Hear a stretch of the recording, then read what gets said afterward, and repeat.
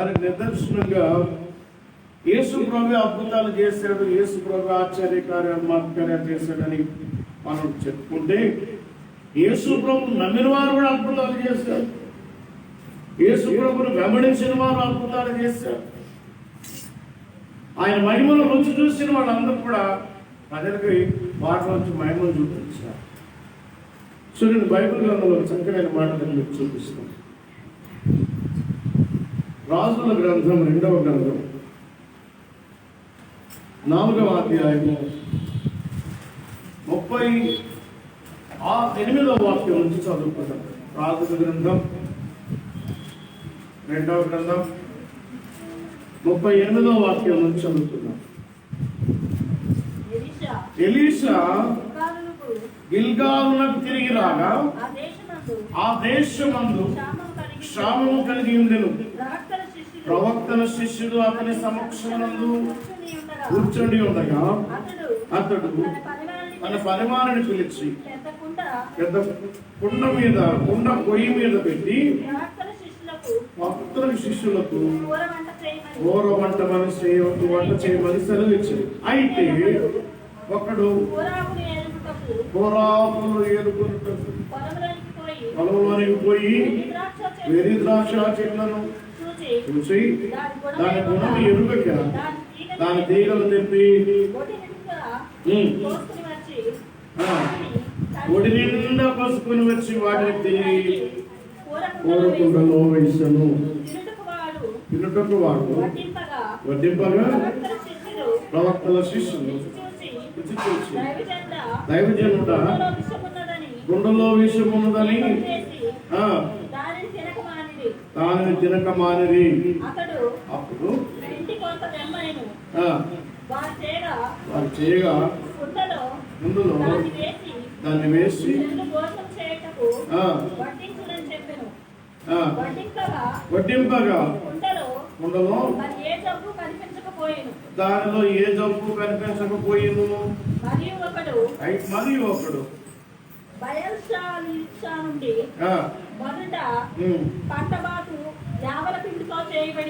యవల పిండితో చేయబడిన రక్త గోధుమ పిండితో దైవజనుడైన అతనికి కానుకగా ఇవ్వగా అతడు భోజనము చేయుటకు దానిని వడ్డించమని. అయితే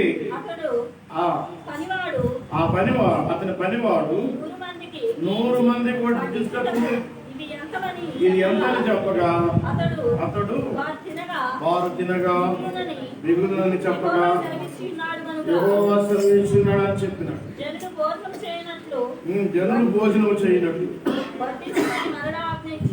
వడ్డించమని మరలా ఆజ్ఞాపించును. పనివాడు వారు వడ్డింపగా యెహోవా సెలవించినట్లు అది వారు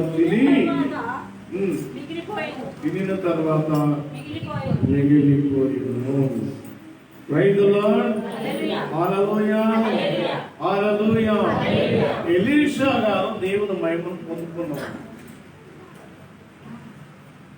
ఎలీషా గారు దేవుని నమ్మకంగా వెంబడిస్తున్నారు.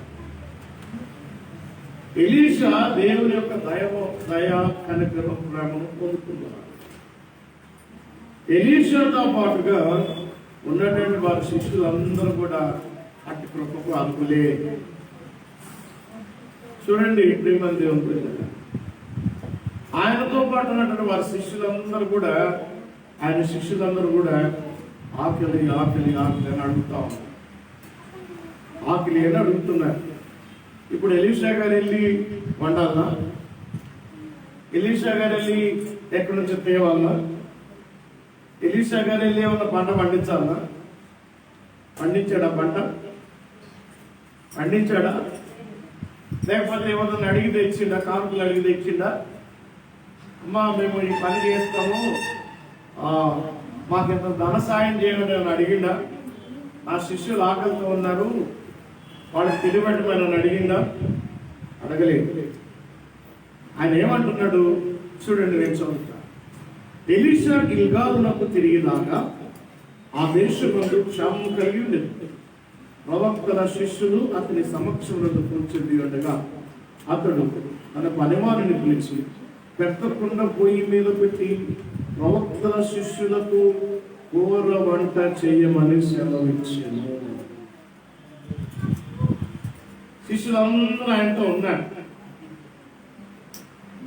శిష్యులు ఏ పరిస్థితిలో ఉన్నారు అంటే ఆ దేశం అంతా దరిద్రత, ఆకలి బాధ, కష్టాలు, సాగుముతో ఉన్నది ఆ దేశం. అది విశ్వాసాలకి ఏమన్నా సేవకులకి రాదా? అందరికి వచ్చింది.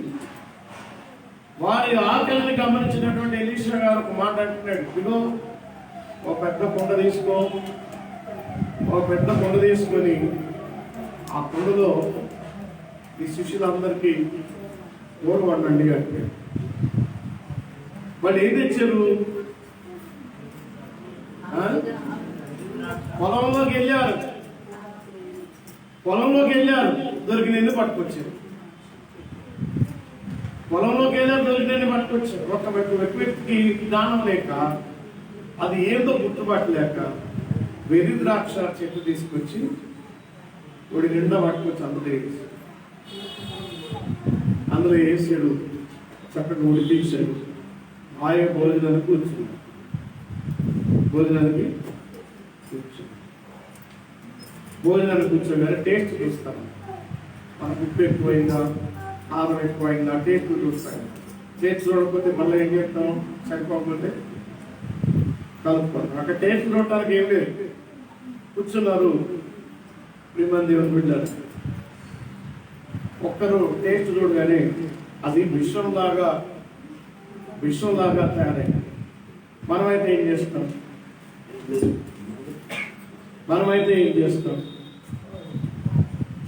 కుండ తీసుకెళ్ళి బయటపడి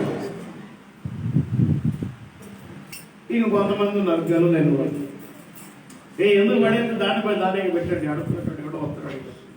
వీడు తింటానే బాగలేదు అంటే దాన్ని పోయేటోడు ఎవడు ఉన్నా వాడు తింటే సరిపోదు. అంటే నీవే తింటానే చేత కదా వాడు తింటాడు. మళ్ళా వాడికి పెడితే పుణ్యం వచ్చింది. ఎందుకు పడేస్తూ? మా ఆత్మీయ తల్లి లేదు. ఒకసారి అయ్యప్ప మాలేసుకొని ఒక వ్యక్తి ఆ ఇంటి వైపు అడుక్కుంటూ వచ్చాడు. అతని ఇంట్లోకి పిలిచి కూర్చో బాబు అని చెప్పేసి అన్నం వేడిగా వండి మొగలు కప్పుతున్నటువంటి అన్నం తీసుకొచ్చి ప్లేట్లో పెట్టింది. వారికి ఏమో అర్థం కాదు. వాడు తింటే ఏసై గురించి వారికి ఈ తిండి గురించి ఆలోచన, యేసు ప్రభు గురించి ఆలోచన కావాలా? పెట్టింది, అన్నం పెట్టింది. ఒక వ్యక్తి విచ్చివెత్తుకున్నటువంటి వ్యక్తి సమాజంలో కలవకుండా నెగ్లెక్ట్ చేయబడినటువంటి వ్యక్తి ఆకలి అనే ఇంటికి వచ్చినప్పుడు దేవుని ప్రేమ అనేటువంటి ఆ తల్లి ఏం చేస్తుందంటే ఇంట్లో వచ్చి చక్కగా కూర్చోబెట్టి, అప్పుడే కదా ఇప్పుడు కూడా అదే పని చేస్తుంది. ఇప్పటికి కూడా ఎవరు పోయినా సద్యాన్నం అనేది పెట్టనే పెట్టింది. ఖచ్చితంగా వేడమ్మ పెట్టాల్సింది. పెట్టింది, తిన్నాడు. ఆ తినే లోపల ప్రభు గురించి చెప్పాడు, ప్రార్థన చేస్తాం. 10 రోజుల తర్వాత మళ్ళా వచ్చాడు. అమ్మ మీరు నాకు అప్పుడు వేడన్నం పెట్టారు, నాకు గుర్తున్నాను, మిమ్మల్ని చూసుకోవాలని వచ్చింది. చూసిపోయేది ఏముందో నేను ఎలా తింది కదా. 2వసారి, 3వసారి, 4వసారి, 5వసారి, అమ్మ మీ దేవుని ప్రేమ ఎంత గొప్పది. మీరు చెప్పే మాటలు నాకు అన్ని వినపడ్డాయి. కానీ మాటల కన్నా ముందు చేతుల్లో పరిగెప్పించావు, నాకు తిండి పెట్టావు, నా ఆకలి తీర్చావు. నేను యేసు ప్రభుతో ఉండాలంటే నేనేం చేయాలో చెప్పాలి. దేవునికి స్తోత్రం కలుగుతుంది. హల్లెలూయా. ఆప్తులను తీసేసుకుని శ్రీశైలం ప్రాంతంలో ఇప్పుడు అతను మంచి సేవ రైతుల్లో. హల్లెలూయా, హల్లెలూయా, హల్లెలూయా. ఇప్పుడు ఈ శిష్యులకి దేవుని మహిమ తెలవాలి. దైవజనుడిని దేవుడు ఎంత బలంగా వాడుకుంటాడో తెలుసాలి, ఎంత బలంగా వాడుకుంటాడో తెలియాలి. అంటే ఏం చేయాలి? దేవుని మహిమను నిరూపించాలి. మనం అందరం గ్రహిస్తున్నాం, మన దగ్గర డబ్బు లేదు, మనకు ఆర్థిక ఇబ్బందులు ఉన్నాయి, కష్టాలు ఉన్నప్పుడు, బాధలు ఉన్నప్పుడు, రోగాలు ఉన్నప్పుడు, ఇరుకులు ఇబ్బందులు ఉన్నప్పుడు మనం సోలిపోతాం, విసిగిపోతాం, వేసారిపోతాం, కన్నీరు కాలుస్తాం, బాధపడతాం, కృంగిపోతాం. అక్కడ మనమే దేవుడిని నిరూపించాలన్న జ్ఞానం మనం మర్చిపోతాం. చూడండి, దేశమంతా క్షేమంతో ఉంది, దేశమంతా ఆకలి బాధలతో అలమటిస్తూ ఉన్నారు. శిష్యుల బాధ్యత ఏంటి? వీళ్ళందరూ ప్రార్థన చేస్తే దేశంలో ఉన్న దారిద్రత, క్షేమము వెళ్ళిపోయి. కానీ వాళ్ళు ఏం చెప్తున్నారు? అయ్యా మాకు ఆకలి అవుతుంది, మాకు తిండి కావాలి. శిష్యులు చెప్పాలన్నమాట, ప్రభు సన్నిధిలో ప్రార్థన చేస్తే దేవుడు ఆ క్షేమాన్ని ఆశీర్వాదకరంగా మారుస్తాడు, సుభిక్షంగా మారుస్తాడు, ఘనంగా మారుస్తాడు. కానీ వాళ్ళు ఏమంటున్నారు? మాకు ఆకలి అవుతుంది. దేశం మొత్తం ఆకలి బాధలు మంచిదే, దేశంతో పోల్చుకొని లేదు. దేశంలో వేరే ప్రజలు ఉన్నారు, దేవుని కృపను ఎరుగని ప్రజలు ఉన్నారు, దేవుని సన్నిధిని ఎరగని ప్రజలు ఉన్నారు, దేవుని ప్రేమను ఎరగని ప్రజలు ఉన్నారు, దేవుని రక్షణ ఎరగని ప్రజలు ఉన్నారు, దేవుని కృపలోకి రాకుండా ఉన్నటువంటి ప్రజలు కోట్ల కొలది ఉన్నారు. దేవుని ప్రేమలోకి వచ్చిన మనం ఏం చేయాలి? మనం కూడా ఆకలి అనాలా? మనం కూడా ఆర్థిక ఇబ్బందులు అనాలా? మనం కూడా కష్టాలని చెప్పాలా? మనం ఏం చేస్తాం? అయ్యే చెప్తాం కదా. మనం కూడా ఆ శిష్యులు చెప్పినట్టే చెప్తున్నాం. ఎలీషా గారు ఎవరు వారికి బాగా తెలుసు, ఆయనకి దేవుడు ఎంత సామర్థ్యాన్ని ఇచ్చాడో వారికి బాగా తెలుసు. ఆయన ఏమడుగుతున్నారు? ఆకలి గురించి అడుగుతున్నారు, ఆహారం గురించి అడుగుతున్నారు. అందుకని ఎలీషా గారు దేవుని మహిమను తెలియజేయాలి. మీరు వెళ్ళండి, పొలాల్లోకి వెళ్ళండి, కనబడ్డ కూరాజులను కోసుకురప్పండి. కోసుకొచ్చారు, వండండి అన్నాడు, వండుతున్నారు. ఒకడు గుర్తించలేనటువంటి వాడు కారు ద్రాక్షలు తెచ్చాడు, విషపూరితమైంది. ఇప్పుడు ఆ విషయం తింటే ఎలీషా గారు ఏమంటారు? ఇంత గొప్ప దైవజనుడు అయి ఉండి ఇది విషపూరితమైతే మాకు ఎట్లా పెట్టింది అన్నా? దేవుని మహిమను వాళ్ళు గుర్తిస్తారా? కానీ ఏం చేస్తాడు ఆయన ఏం చేస్తాడు? చక్కటి మాట చెప్తున్నాడు. అతడు పిండి కొంత తెమ్మనెను, వారు తేగ కుండలో దానిని వేసి ముందు భోజనం చేయుటకు. ఆమేన్, హల్లెలూయా, హల్లెలూయా. ఏం చెప్తున్నాడు ఆయన? ఏ బాబు, అది విషపూరితమైంది. ఆయన ప్రభు విషపూరితమైన వాడు కాదు. ఆయన ఏమంటున్నాడంటే, మీరు రొట్టెని అడిగితే నేను తాతనిస్తానా? మీరు చేపను అడిగితే నేను బాగునిస్తాను. మీరు ఏమడిగారు? ఆకలి తీర్చమన్నా. మీరేం చేసుకున్నారు? విషాన్ని తయారు చేసుకున్నారు. కానీ నేనేం ఇస్తా అంటున్నా? విషము లేని శ్రేష్టమైన ఆహారాన్ని మీకు ఇస్తాను. ప్రైజ్లో దైవజనుడు ఉన్నటువంటి దేవుని కృప ఎంత గొప్పదండి. దైవజనులు దేవుని కృప ఎంత గొప్పది. ఈ దైవజనుడు ప్రార్థన చేశాడా? ఆజ్ఞాపిస్తూ ఉన్నాడు. దేవుని అధికారాన్ని వాడుకుంటున్నాడు, దేవుని శక్తిని వాడుకుంటున్నాడు, దేవుని బలాన్ని వాడుకుంటున్నాడు, దేవుడి జ్ఞానాన్ని వాడుకుంటాడు. మీరు వెళ్ళి పిండి తీసుకురండి, రొట్టె చేయండి, అందులో వేయండి, మీరు తినండి. ఇప్పుడు మా పరిస్థితులన్నీ బాగలేకపోతే అన్నయ్య దీవించబడతావు అంటాడు. అమ్మ నువ్వు బాగైతలే అని ఎందుకంటాడు ఈయన? నాకు నిన్న ఒకడు ఫోన్ చేసి చాలా కాలం క్రితం, 69 నెలల క్రితం ఒక వివాహ సంబంధం గురించి మా దగ్గరికి వచ్చారు. ఫోటో తీసుకుని వచ్చారు. అమ్మ పెళ్లి మీరు చేయొచ్చు, కానీ శ్రమ ఉంది. ఇతను ఇబ్బందికరంగా తయారు. వాళ్ళ మదర్ ఉంది, వాళ్ళ అమ్మగారు ఉంది, ఆమె అయితే మాట వినే మనిషిగా. మరి ఆమె ఎవరు అంటే ఆమె పాస్టర్. ఒక పాస్టర్ గారు కొడుకు ఆయన. అయ్యగారు ఏంది అంటున్నారు, వాళ్ళు పాస్టర్లు దైవ చేస్తున్నారంటే బ్రతకటానికి సేవ చేస్తున్నారు. వాళ్ళు ఇప్పుడు మనకు తెలియదు. భైంస ఆదిలాబాద్ డిస్టిక్ భైంసలో జరిగింది సంగతి కింద పోలీసు బాధపడతాను. 2 నెలల గర్భిణి. నా భర్త అసలు ఏం చేస్తలేదండి. నా భర్త రకరకాలుగా మాట్లాడుతున్నాడు. ఆ ఫోన్లు మా అమ్మతో మాట్లాడినాడు, మా అక్కతో మాట్లాడినాడు. ఎందుకు మాట్లాడుతున్నాం, నీకేం సంబంధం, సెల్ ఫోన్ పడుతున్న ఫోన్తో నీకు అవసరం, రకరకాలుగా 9 నెలల గర్భిణిని హింసిస్తున్నాడు. ఏం చేయాలి ఆయగారు అని వాళ్ళ అక్క ఫోన్ చేసాడు. నేను ఆ రోజు చెప్పాను, ఇది నీకు కరెక్ట్ కాదని చెప్పాను కదా. అబ్బాయి పనిచేసి అనుకుంటాడని, డిగ్రీ కాలేజీలో పనిచేస్తున్నాడని నువ్వు పరిగెత్తి ఇచ్చినావు, నేను చేసుకోమని చెప్పాను. మీరు బలవంతంగా 1-3 సార్లు ఇదే అడుగుతున్నప్పుడు మీ ఇష్టం. దేవుడు చెప్పాడా? వద్దన్న మాట చేసినందుకు ఇప్పుడు పరిస్థితి ఏంటి అంటే శ్రమలు అనుభవిస్తున్నారు, కష్టాలు అనుభవిస్తున్నారు. ఒక దైవజనుడు నోటి మాట, ఆ మాట సెలవివ్వగానే కార్యాలు జరుగుతాయి. ఇప్పుడు చూడండి, ఎలీషా గారు మాట సెలవివ్వగానే ఏం జరిగింది?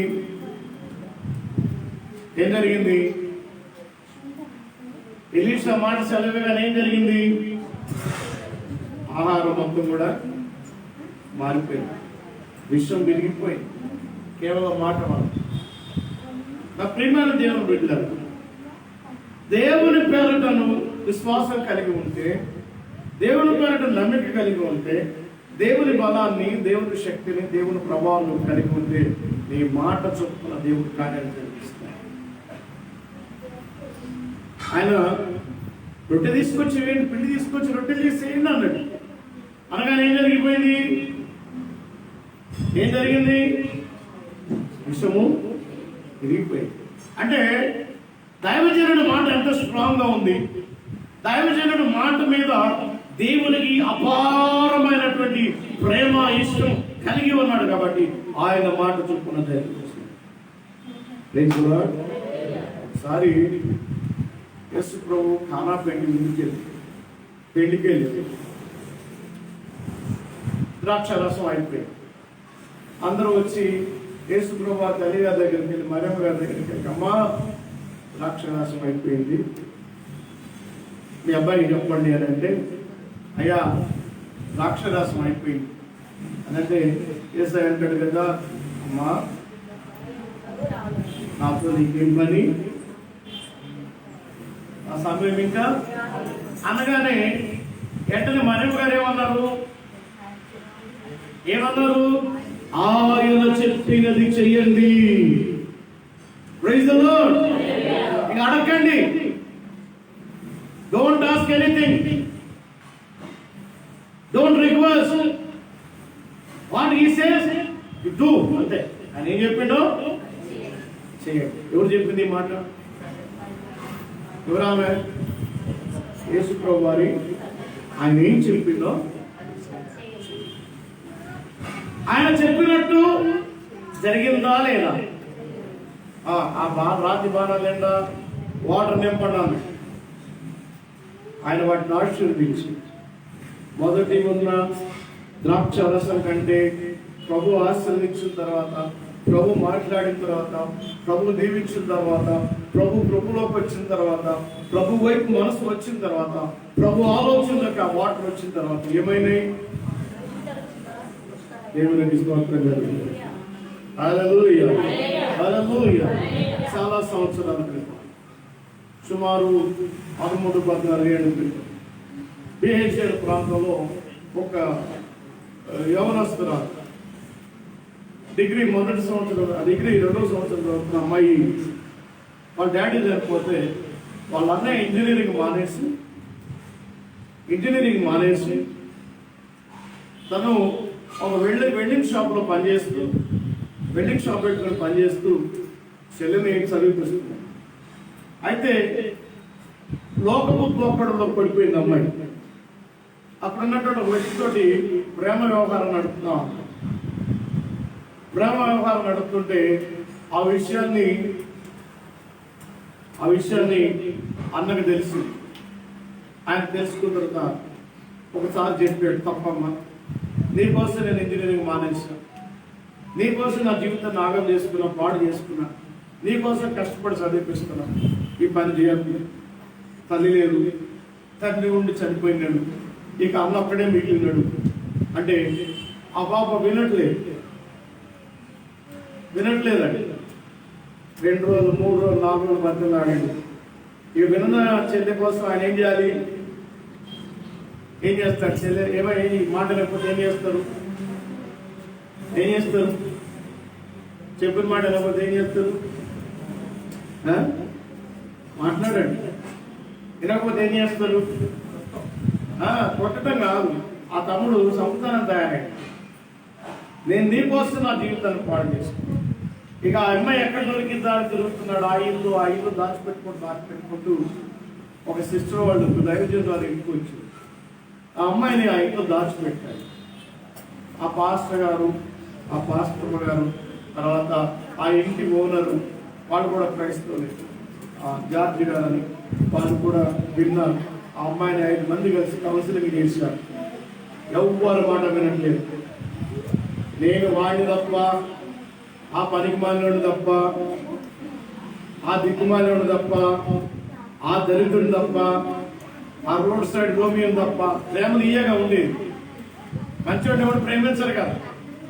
జుట్టు ఎక్కడెక్కడ దాకా పెంచి, చెవులు రింగులు పెట్టి, సగం పిల్లిగడ్డ వేసుకొని, తిరిగిపోయిన బట్టలు వేసుకొని రోడ్ల మీద తిరిగినోళ్ళగా ప్రేమించేది. వాళ్ళకే పడతారు మంచి అమ్మాయిలంతా. అటువంటి దిక్కుమాలోనే కనపడతారు వాళ్ళకి. అమ్మాయి ప్రేమించిన వాడు అటువంటి వాడే. ఆడ జుట్టు వాడి వేషాలు చూస్తే వాంటింగ్ వస్తుంది.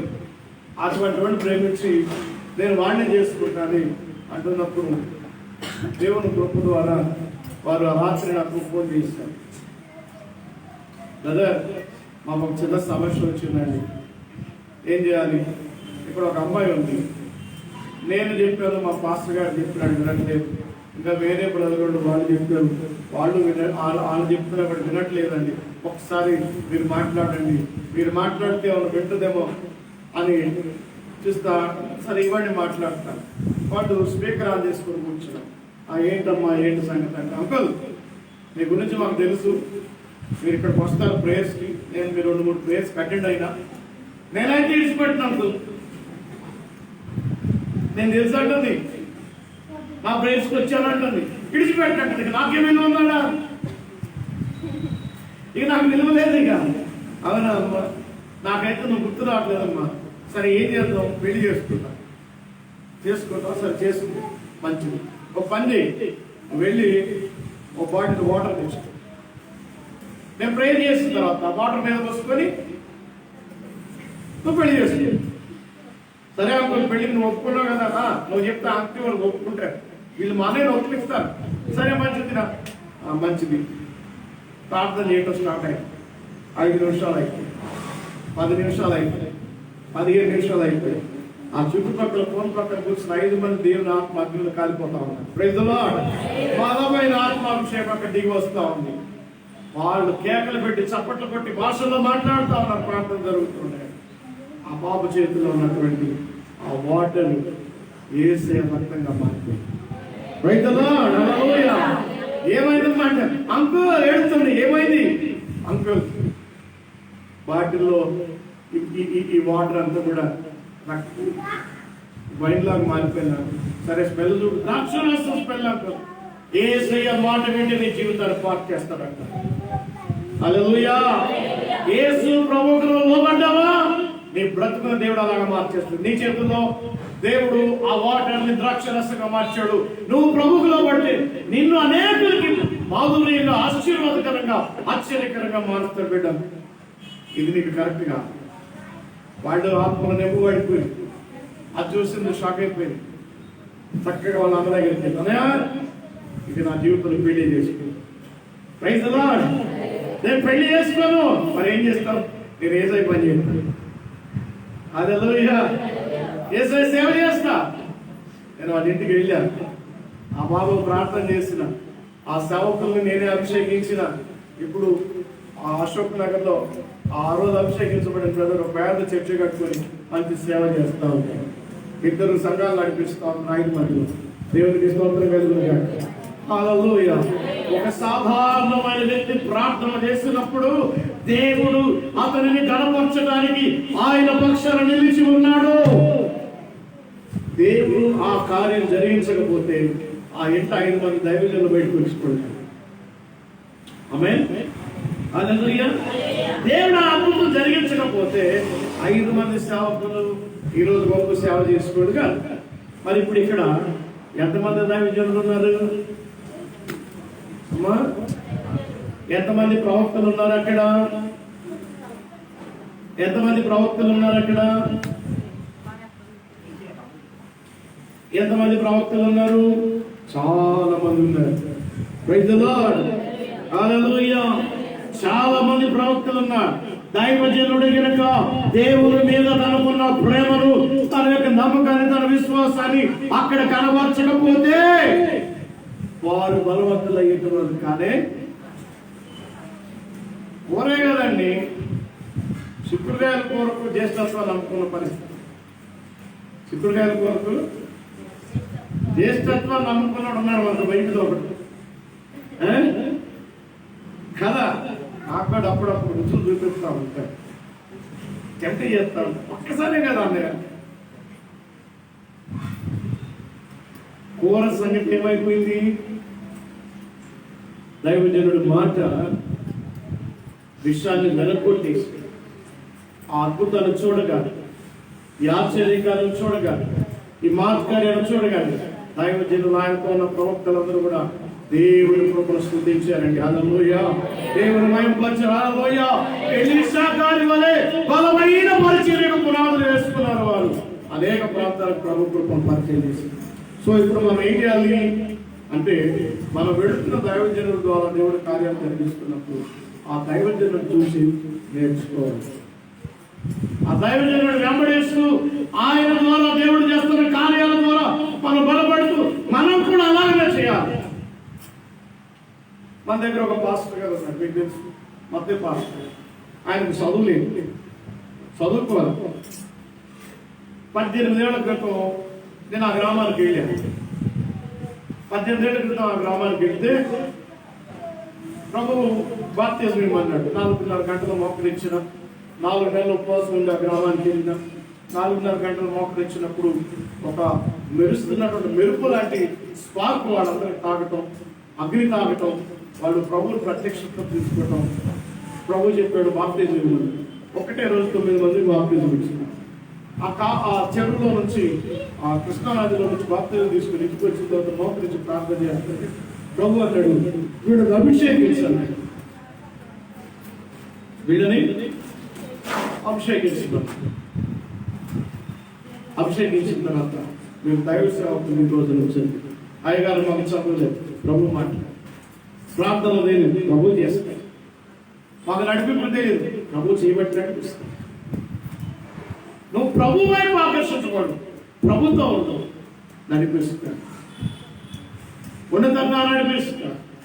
నా ప్రేమ దేవుడు పెట్టారా 9 మందితో ఆరంభించబడి ఈ పరిచర్య ఈరోజు 2000 మంది మన మీటింగ్స్కి వస్తారు. దేనివల్ల జరిగింది? అనేక మార్లు ఆయన చాలా మందితో మాట్లాడితే, సతీష్తో మాట్లాడి, పిట్టిగడ్తో మాట్లాడటము, మన కిరణ్తో మాట్లాడి, చాలా మంది వీళ్ళ లోపాలు గమనించినప్పుడు మనోడు కూడుస్తూ ఉంటాడు. ఒక్కొక్కరు మీరు దైవజనుడి పక్క నుండి మీరేం నిప్ప చేస్తున్నారంటే, మరి ఆయనకు నేను చెప్పింది ఏంది అంటే ఏమీ లేదు, మరి నేర్పింది ఏమీ లేదు. సహాయం చేసేవా అంటే 18 ఏళ్ళకి ₹1 నేను ఆయనకి నా దగ్గర పనిచేస్తాను పాస్టర్ గారు, ₹100 సాలరీ. నేను ఒక మాట చెప్పాను, నువ్వు సమర్థుడు అయితే, నీ ప్రార్థనలో యథార్థత ఉంటే, నీకు దేవుని మీద అధిక భక్తి ఉంటే, ప్రభు నిన్ను ఉన్నతంగా నిలబెట్టి పోషిస్తాడు, నీ సరిహద్దుల విషయాలు పరుస్తాడు అని చెప్తాడు. ఈ రోజున 20 గ్రామాలకు దేవుడు ఆయన విస్తరింపజేశాడు. మెయిన్ హల్లెలూయా, హల్లెలూయా. మన మీటింగ్స్ పెడితే 30-40 మంది పాస్టర్లు స్టేజ్ ఎక్కుతారు. చిన్న బ్రదర్ కాల్ చేసి అయ్యగారు రోమయ్య గారు వస్తున్నాడు, పెద్ద అయ్యగారు వస్తున్నాడు, వచ్చి కనబడిపోవడానికే పాస్టర్లు వస్తున్నారు. ఏముంది అక్కడ? మా గొప్పతనం ఏంటి? ఏముందంటే ప్రభు కృపను చూచి నేర్చుకున్నాడు. ప్రభు కృపను చూచి నేర్చుకున్నాడు. ప్రభు ఎలా అద్భుతాలు చేస్తాడు, ప్రభు ఎలా సూచక్రియలు జరిగిస్తాడు, ప్రభు ఎలాగ ప్రజలతో మాట్లాడుతున్నాడు, ప్రభు ఎలాగా ప్రజలను ఆకర్షిస్తున్నాడు, ప్రభు ఎలాగా ప్రజలకు మేలు చేస్తున్నాడు, ఆ మేలు దైవజనుడిగా దేవుడు ఎలా జరిగిస్తున్నాడో ఆ ప్రకారం నేను వెంబడించాలి అని వెంబడించుట వలన ఆయన ఈరోజు గొప్ప దైవజనుడిగా నిలబడ్డాడు. హల్లెలూయా, హల్లెలూయా. ఏలీయా గారిని ఎలీషా కూడా అలాగనే వెంబడించాడు. చాలా మంది చెప్పారు, ఎలీషా నీ సేవకుడు వెళ్ళిపోయే టైం వచ్చింది, ఆయన వెళ్ళిపోతాడు కానీ నీకేమని, నువ్వు పిచ్చోడువా, ఆయన చచ్చిపోతాడని తెలియదా నీకు? లేకపోతే ఆయన అంతర్ధానం అయిపోతాడు, పరలోకానికి వెళ్ళిపోతాడని తెలియదా నీకు? ఆయన వెంబడిస్తే నీకేమొచ్చింది? మానేయి, పోకరాయన వెంబడి వెంబడించొద్దని అనేక మంది ఆయన ఆటంకపరిచారు. అనేక మంది ఆటంకపరిచిన వాళ్ళు ఎవరో తెలుసా? మనలాంటి పండితులే, దేవుడి గురించి బాగా ఎరిగిన జ్ఞానులు, పాండిత్యం కలిగిన వారు, థియాలజర్స్, బిబ్లికల్ స్టడీస్ చేస్తున్న వారు, యూనివర్సిటీలో ధర్మశాస్త్ర పారాయణం చేస్తున్నారు, అంటే బైబిల్ బాగా ఎరిగిన వారు, దేవుని గురించి ఎరిగిన వారు ఏమంటారు? ఒక ఏదేమైనా పోకు వాడిపోతాను, నీకేం రాదు, ఆయన వెంబడించడం పరిగేది ఏమి లేదు, మానే అంటే ఆయన అనేక మార్లు అంటాడు కదా, నోరు మొయ్యండి అంటే ఏంది? నోరు మొయ్యండి అని వార్నింగ్ ఇచ్చింది ఒకే ఒక వ్యక్తి. ఎవరైనా? ఎలీషా బైబిల్ని ఫాలోవర్స్ ని, బైబిల్ని వెంబడిస్తున్న వారిని, మేము విశ్వాసులు అని చెప్పుకొని విర్రవీగుతున్న వారిని, బైబిల్ మాకు బాగా తెలుసు, మేము స్టడీ చేస్తున్నటువంటి వాడిని ఏమన్నాడంటే నోరు మూయండి అని. ఎందుకు? వాళ్ళ దగ్గర బైబిల్ జ్ఞానం ఉందే కానీ ఆ జ్ఞానంలో కూడా ఉన్న శక్తి, బలము, కృప వాళ్ళ దగ్గర లేదు. దేవుని కృపను గుర్తించట్లే, దేవుని ప్రభావాన్ని గుర్తించట్లే, దేవుని మహిమ ఆ దైవజనులో ఎంత ప్రభావం ఉందో వారు గుర్తించలేదు. కానీ మాకు బైబిల్ తెలుసు, మాకు తెలియదంటే ఏమి లేదు అని విర్రవీగారు. ఏమన్నాడు ఆయన? నోరు మూపించండు. ఆ చెరువు గట్టుకు వెళ్ళాడు. అక్కడ అన్నాడు ఎలీషా గారు అన్నాడు, బాబు ఇక నా టైం వచ్చింది, నువ్వు వెళ్ళిపో అంటే ఆయన అంటాడు, నీ తోడు నా తోడు దేవుడు. ఆమేన్. నీ తోడు నా తోడు దేవుడు. చివరి వరకు విడిచిపెట్టి నేను ఆ మాట అన్నందుకు ఏం జరిగింది? ఆయన అగ్ని రథం మీద ఆకాశానికి వెళుతున్నప్పుడు ఆయన మీద ఉన్నటువంటి ఆ వస్త్రం, ఆ దుప్పటికి మీరు కింద పడుతున్నప్పుడు దాన్ని చించి రెండు పాయలుగా చేసి వేయగా 200 ఆత్మాభిషేకం ఎలీషా పొందుకున్నాడు. కనుక ఏలియా కంటే ఎలీషా 200 ఆత్మాభిషేకం కలిగిన దైవజనుడితోటి ఈ ప్రవక్త ఉన్నాడు. అభిషేకం 2వ స్థాయి పెరుగుతుంది. ఏలియాని ఎలీషా గారిని వెంబడించారు. ఇప్పుడు ఎలీషా గారిని వీళ్ళు వెంబడిస్తారు. ఇప్పుడు వీడికి ఎంత రెట్టింపు కావాలి, ఎంత రెట్టింపు అభిషేకం కావాలి? ఒక దైవజనుడితో వెంబడిస్తున్నావు అంటే, ఒక దైవజనుడితో సహవాసం కలిగి ఉన్నట్టే ఆ దైవజనుడు అభిషేకంలో నీవు అధికమైన పాలి కావాలి. దైవజనుడు దీవించబడిన దానికంటే కూడా నువ్వు అధికంగా దీవించబడాలి. దైవజనుడుకున్న జ్ఞానం కంటే దైవజనుడు వెంబడిస్తున్న నీకు దేవుడు 200 ఆత్మాభిషేకం ఇచ్చి, జ్ఞానం ఇచ్చి, కృపనిచ్చి, శక్తినిచ్చి, బలమునిచ్చి మిమ్మల్ని అనేకులు ఎదురు నిలబెడతాడు. నేను ఒక్కడనే 10 మందికి సువార్త చెప్తానండి. మీరందరూ 200 అభిషేకం పొందుకుంటే మీరు ఆయా ప్రాంతాలకు వెళ్ళినప్పుడు 100,000 మందికి మీరందరూ చెప్తారేమో. ఒక్కడ స్వార్థ ప్రకటించడం గొప్పతనం, అందరూ ప్రకటించడం గొప్పతనం. మనం ఇబ్బంది బయటకు వస్తే కదా ప్రకటించేది. స్టవ్ మీద ఉన్న కుండల దగ్గర కూర్చుంటాం, వాషింగ్ మిషన్ దగ్గర, బట్టలు ఉతికే దగ్గర.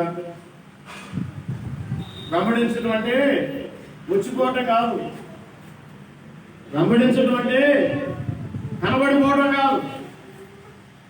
ఏలియాని ఎలీషా గారు వెంబడి, ఎలీషా గారిని ఈ ప్రవక్తలు వెంబడించారు.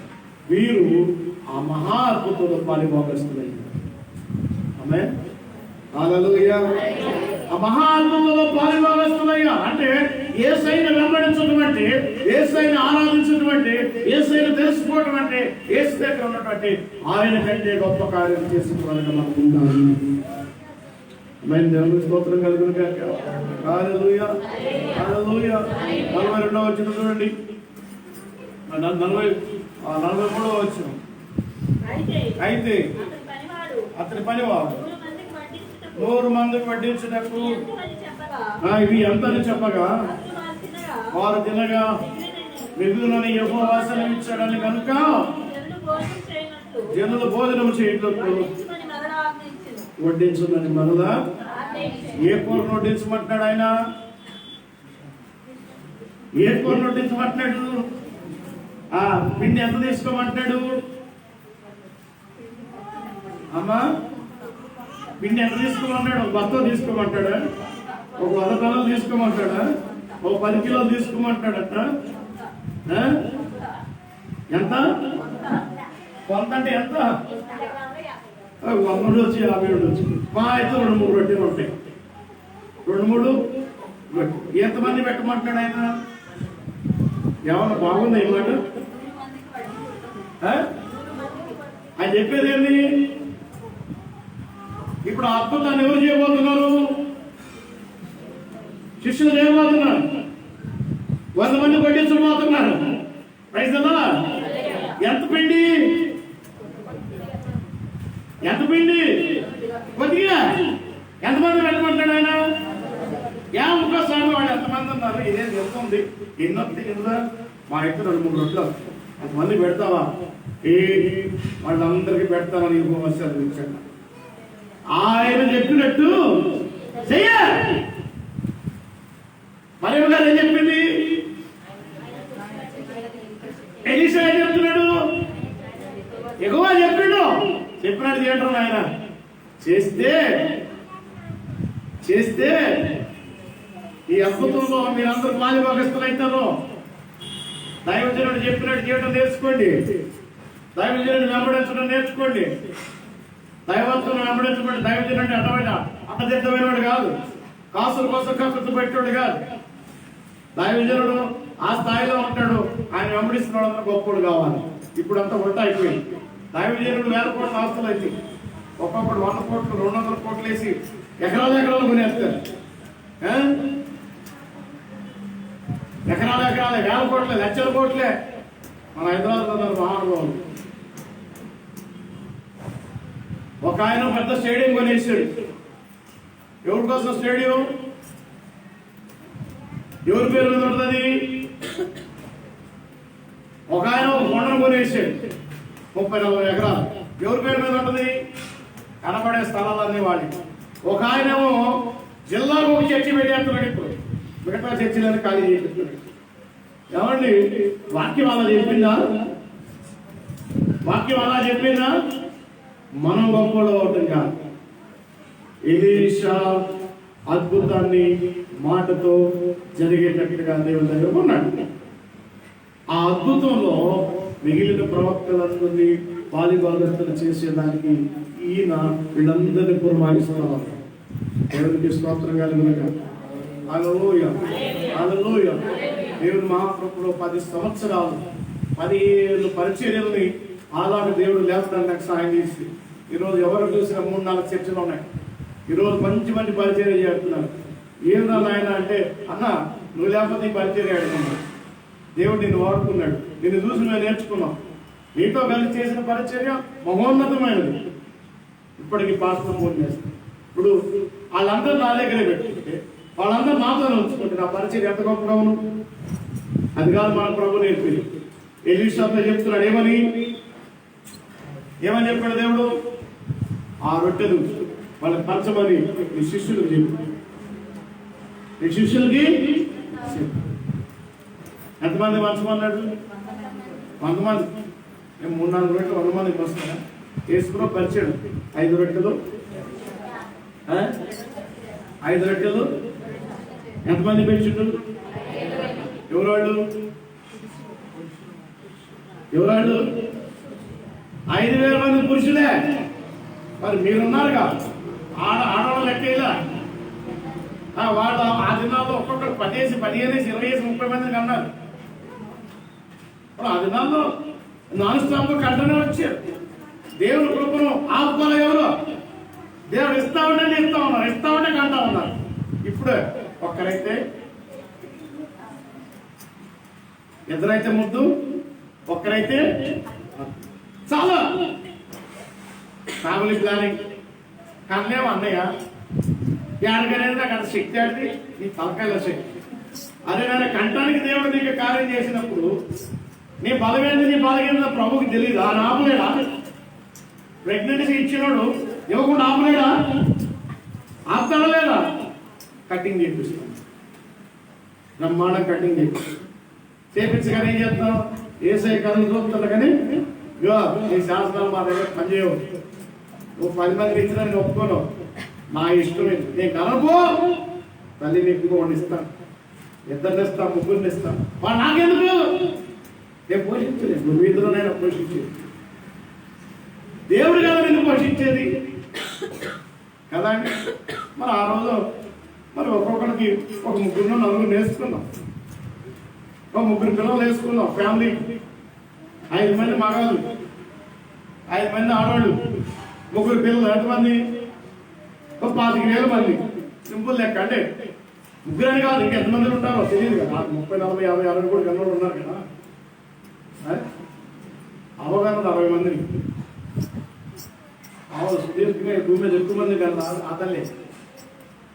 మరి వాళ్ళందరికీ గట్టిగా వాళ్ళందరూ కడపాల తినగా ఎన్ని గంటలు ఎత్తబడ్డాయి? దేని వలన? యేసయ్య ఆశీర్వదించుట వలన. యేసయ్య ఆశీర్వదించుట వలన, యేసయ్య వాళ్ళందరి మీద కనికరపడటం వలన అంతమందికి మంచిది. వీళ్ళు ఎంతమందికి వస్తున్నారు? హల్లెలూయా. మొట్టమొదటి భోజనం పెట్టింది నేనే, 100 మందికి మిరకలు చేసింది నేనే. ఆ తర్వాత యేసయ్య 1000 మందికి పెట్టాడు. దేవునికి స్తోత్రం కలుగును గాక. హల్లెలూయా. యేసు ప్రభు చాలా వేల సంవత్సరాల తర్వాత మిరకలు చేస్తే నేను ముందే చేసేది. ఆ మిరకలు ఎవరు పాల్గొన్నారు? ఒకసారి కోటిలో పుత్రి భవన్ ఒక ఏరియా ఉంది, విమెన్స్ కాలేజీ వెనుక సైడ్. నేను నా దగ్గర బ్రదర్ నరేంద్ర పేరు పరిస్థితి, ఆయన అన్యుడు. ఆయన సూసైడ్ అప్పుల పాలు, కోట్ల రూపాయలు అప్పుల పాలు అయిపోయి ఆయనకి ఈ వాటర్ పంపులు ఉంటాయి కదా, మోటార్ డీలర్షిప్, మోటార్ అంటారా, మోటార్ డీలర్షిప్ ఉండేది. మొత్తం పోయింది. ఎందుకు పోయింది అంటే ఆ లైన్లో మొత్తం అయ్యే వ్యాపారం, మొత్తం మోటార్స్ వ్యాపారం ఉంటుంది. ఆయన ఏం చేసిందంటే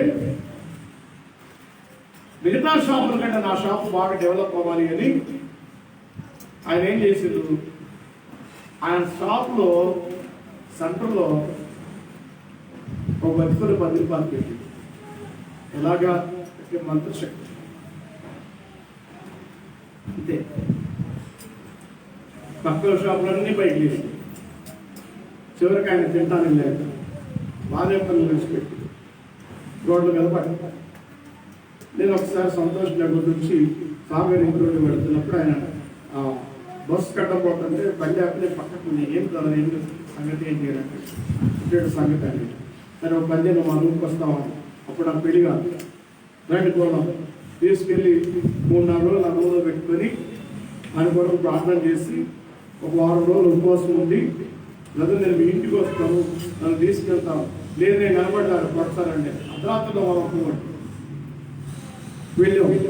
బ్రదర్ నేను ఈ షాప్లో మోకరిస్తా, మీరు డోర్ వేసుకోండి, మీరు పైన ఉండండి, నేను పిలిచినప్పుడు పొద్దున్నే వచ్చి నాకు ఆ డోర్ తీయండి అని చెప్పి దేవుడు మా కార్యక్రమం ఏం చేయాలంటే ఎక్కడైతే పాత పెట్టారో దాని మీద మోకరించి ప్రార్థన చేసుకుంటే తెల్లవారుజామున 3-3:30 సమయాన మామూలు వెళ్ళండి శబ్దం వినపడుతున్నారు, మంత్రశక్తులు తొలగిపోతా ఉన్నాయి.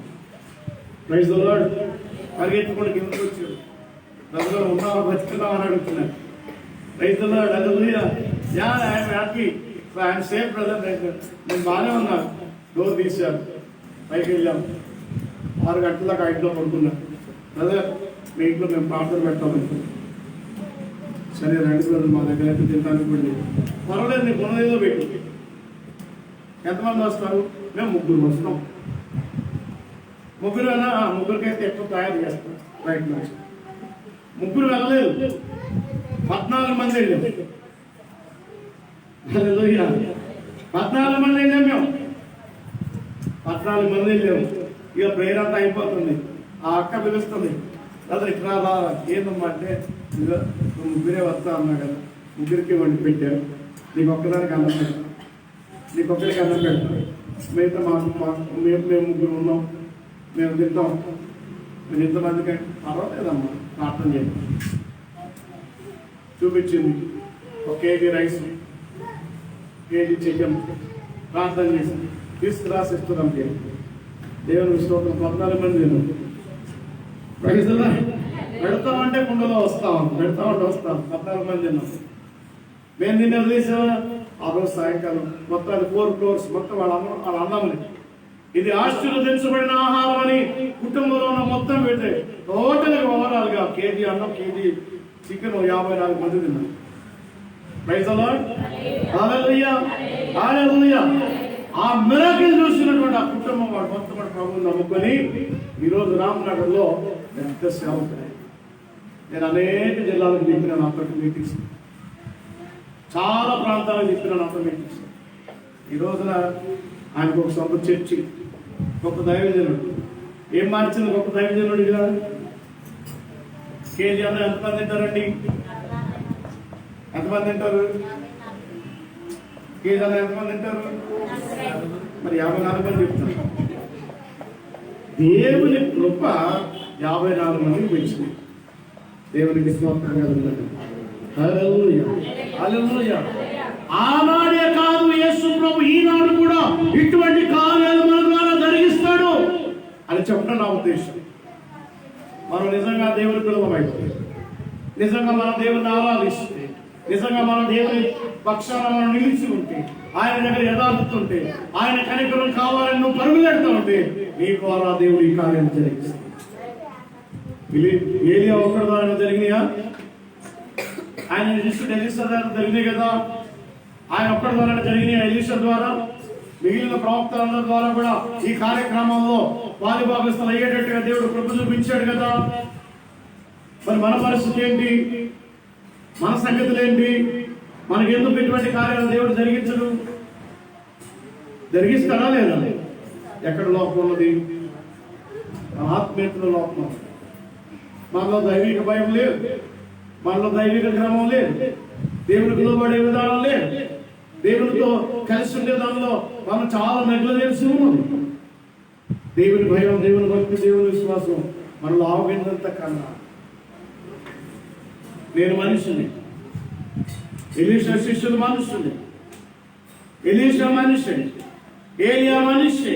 ఏలియా గురించి బైబిల్ ఒక మాట ఉంటుంది, ఏలియా మన వంటి స్వభావం గలవాడు అంటే మన లాంటి వాడి. ఏలియా అతీతుడే కాదు, దైవిక అతీతులే కాదు, ఎలీషా అతీతులే కాదు, ఆయన శిష్యులు అతీతులే కాదు, మేమేం అతీతులే కాదు. We are equal to human beings. మనందరూ మానవత్వంలో, మానవ నైజంలో, మానవ జీవితంలో సమాధానమై ఉన్నాం. అయితే మనలో ఒకటికి దేవుని కృప రావటం వలన కార్యాలు జరుగుతూ ఉంటాయి. కృప మనలో ఉండడం వల్ల కార్యాలు జరుగుతాయి. ఎవరి వల్ల జరుగుతాయి? ఆ ఒక్కడేనా?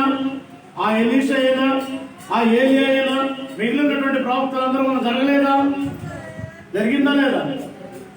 మనం నువ్వు ప్రార్థన చేస్తున్నా కూడా ఇవే జరుగుతాయి. నువ్వు ప్రార్థన చేస్తున్నా కూడా ఇలానే జరుగుతాయి. కానీ మనకు ఒక అలవాటు, పక్కన మీద ఆధారం ఎత్తుక్కోవడం అలవాటు. ఎక్కడున్నారో అని ఎత్తుక్కొని పిల్లి కనుక ఇంటింటికి పిల్లలు మార్చినట్టు అక్కడ బిచ్చివెత్తుకున్నగా పిలుస్తున్నారు, బాగు చేయండి, నన్ను స్వస్థపరచండి, నన్ను దీవించండి, ఆశీర్వదించండి అని బిచ్చివెత్తుకున్న వాళ్ళకి ఇంటింటికి పోతాం, చర్చికి పోతాం, పాస్టర్కి పోతాం. ఒరే పిచ్చోడా, నువ్వు ప్రభు దగ్గర నిలబడితే నువ్వే అద్భుతాలు చేస్తావు అని చెప్తున్నాడు. నీ ద్వారా దేవుడి కార్యాలు చేస్తున్నాడు. నీ వల్ల ఇటువంటి మేలు జరగాలంటున్నాడు దేవుడు. నీ వల్ల ఈ గొప్ప కార్యాలు జరగాలంటున్నాడు దేవుడు. నీవు ఆ కార్యాలు జరిగేటట్లుగా ఉంటే దేవుడికి భయం వస్తుంది. మా వల్లనే భయం వస్తే దేవుడికి ప్రయోజనం లేదు. మనందరి వల్ల దేవుడు భయం, మనందరి వల్ల దేవుడు భయపరచుకున్నాడు, మనందరి వల్ల దేవుడు కనపరచుకున్నాడు. హల్లెలూయా, హల్లెలూయా. కూర ఏమైపోయింది? టేస్టీగా మారిపోయింది. 2-3 రొట్టెలు సరిపడేటట్టు పిండి ఏమైపోయింది? ఒక రొట్టె దీన్ని వదిలేస్తారా?